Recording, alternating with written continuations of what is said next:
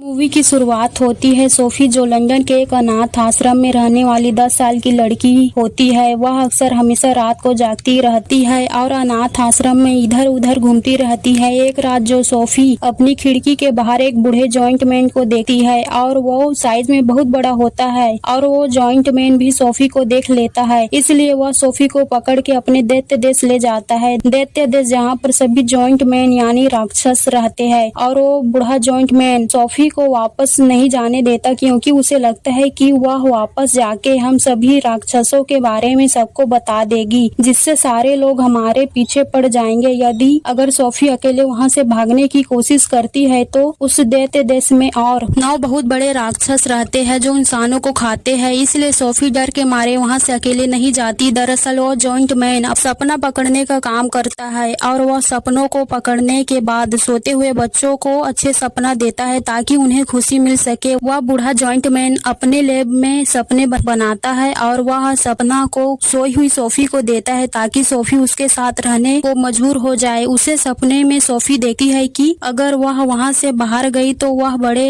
राक्षस उसे मिलकर खा जाएंगे। तभी उस 9 राक्षस का लीडर बूढ़े जॉइंट मैन के घर में घुसता है और उससे अपनी उंगली पर लगी चोट को ठीक करने के लिए कहता है, लेकिन तभी उन राक्षसों का लीडर वहां पर एक इंसान को सूंघता है। वो कहता है कि तुम्हारे घर में कोई इंसान है, क्योंकि उसे इंसान की सुगंध आई थी। दरअसल राक्षस इंसानों को सूंघ सकते हैं, लेकिन इधर उधर ढूंढने के बाद भी उसे वहाँ पर कोई इंसान नहीं मिलता, इसलिए अभी के लिए तो वो उस बूढ़े जॉइंट मैन के घर से चला जाता है और वह बूढ़े जॉइंट मैन सोफी को अपने सपनों की दुनिया में ले जाता है, जहाँ पर वह सपना पकड़ता है। लेकिन जैसे ही सोफी और वो बूढ़ा जॉइंट मैन अपने घर से बाहर निकलते हैं, तभी वह गलती से एक सोते हुए राक्षस को जगा देते हैं और वो राक्षस उस बूढ़े जॉइंट मैन के साथ मौज मस्ती करने लगता है। दरअसल वह 9 राक्षस उस बूढ़े जॉइंट मैन से भी बहुत बड़े होते हैं और वो राक्षस उस बूढ़े जॉइंट मैन को टूटे फूटे ट्रक पर बिठाकर इधर उधर आपस में टकराकर मजे लेते हैं। तभी एक तूफान आता है और वो सारे राक्षस अपनी गुफा में छिप जाते हैं, क्योंकि वो राक्षस पानी में भीगने से डरे हैं और ये सब तमाशा सोफी चुपके से देख रही होती और इस मौके का फायदा उठाकर सोफी और वो जॉइंट मैन वहां से चले जाते हैं और भागते टाइम पे सोफी का कंबल वहीं पर गिर जाता है और वो कंबल उन राक्षसों के लीडर को मिल जाता है और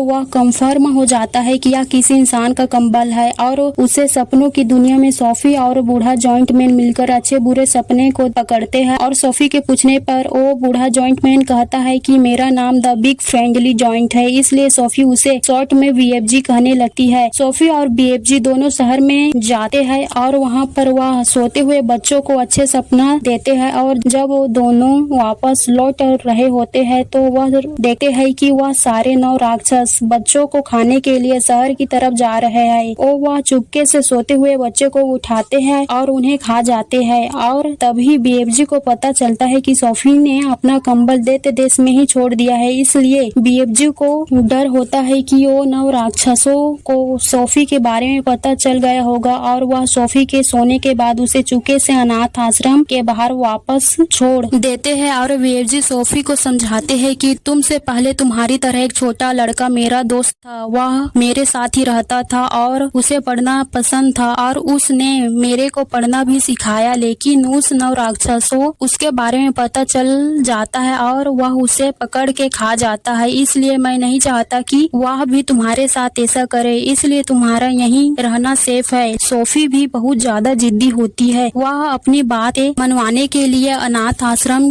की बालकनी से कूद जाती है इस उम्मीद से कि BFG उसे हर हाल में बचा लेगा और ऐसा ही होता है और गिरने से पहले BFG सोफी को पकड़ लेता है और BFG सोफी के साथ अपने घर दैत्य देश आ जाते हैं और उसके घर आते ही वह सारे 9 राक्षस BFG के घर में घुस जाते हैं और वह सोफी को ढूंढने लगते हैं, लेकिन बहुत ढूंढने के बाद भी सोफी उन्हें नहीं मिलती और BFG उन्हें आग से डरा के भगा देता है और सोफी को ढूंढने के चक्कर में वह सारे राक्षस BFG के पकड़े हुए सपनों को तोड़ देते हैं। तभी सोफी को BFG के घर में उसी इंसान का कमरा मिलता है जो पहले BFG के साथ रहता था और उस कमरे में उसे इंग्लैंड की रानी विक्टोरिया का चित्र भी मिलता है, इसलिए BFG और सोफी एक प्लान बनाते हैं और BFG एक बुरा सपना बनाते हैं जिसमें वो 9 राक्षस मिल के बच्चों को खा जाते हैं और सोफी और बीएफजी दोनों रानी से मिलने आते हैं और इंग्लैंड की सेना उन राक्षसों से लड़ रही होती है। सोफी और बीएफजी इंग्लैंड में बकिंघम पैलेस जाके सो रही रानी को सपना देते हैं। जागने पर रानी अपनी स्टाफ के साथ अपने बुरे सपने को डिस्कस करती है। तभी वह सोफी को अपनी खिड़की पर खड़ा हुआ पाती है जैसा रानी ने एग्जैक्ट सपने में देखा था और सोफी बीएफजी को रानी से मिलाती है और रानी को समझाती है कि बच्चों को खाने वाले राक्षस असली है, इसलिए हमें उन राक्षसों को रोकना होगा। अब रानी ने अपने स्पेशल गेस्ट बीएफजी के साथ मिलकर ब्रेकफास्ट किया और बीएफजी के साथ रानी सैनिकों को अपने दैत्य देश ले गए ताकि वहां पर उन राक्षसों को पकड़ सके। बीएफजी अपने घर में सोफी के साथ मिलकर बुरे सपने बना ताकि वह राक्षसों को दे सके जिससे रानी के सैनिकों को उन राक्षसों को पकड़ने में आसानी हो। लेकिन बीएफजी सपना देने वाली अपनी जादू छड़ी को रानी के घर में भूल जाते हैं, इसलिए सोफी उन सपनों को उठाती है और उन सारे सोते हुए राक्षसों के बीच में चली जाती है। लेकिन तभी उन राक्षसों का लीडर जाग जाता है, इसलिए सोफी उन सपनों के बोतल को तोड़ देती है। लेकिन उन राक्षसों का लीडर बच जाता है क्योंकि वो जाग गया था, इसलिए वह सपना को पकड़कर खत्म कर देता है। जैसे राक्षसों का लीडर सोफी को खाने वाला होता है तभी रानी के सैनिक उनके ऊपर हमला कर देता है और वो सारे राक्षसों को जाल में बांध लेते हैं और उन सारे राक्षसों को हेलीकॉप्टर से समंदर के बीचों बीच एक सुनसान आइलैंड पर ले जाते हैं और वहां पर उन्हें छोड़ देते हैं ताकि वह राक्षस उस आइलैंड से निकलकर कहीं न जा सके और हमेशा के लिए उस आइलैंड में कैद हो जाए। और उन राक्षसों को वहां पर खाने के लिए एक कड़वी सब्जी के बीच दे दिए जाते हैं जो उन राक्षसों को कभी पसंद नहीं थी। और सोफी को रानी की केयर टेकर मैरी गोद ले लेती है और वह रानी के महल में ही रहने लगती है। और जब भी सोफी को अकेलापन फील होता है तब वो बीएफजी से बात कर लेती है। बीएफजी अपने घर दैत्य देश से भी बातें सुन सकता है। इसी के साथ हमारी मूवी की कहानी खत्म हो जाती है।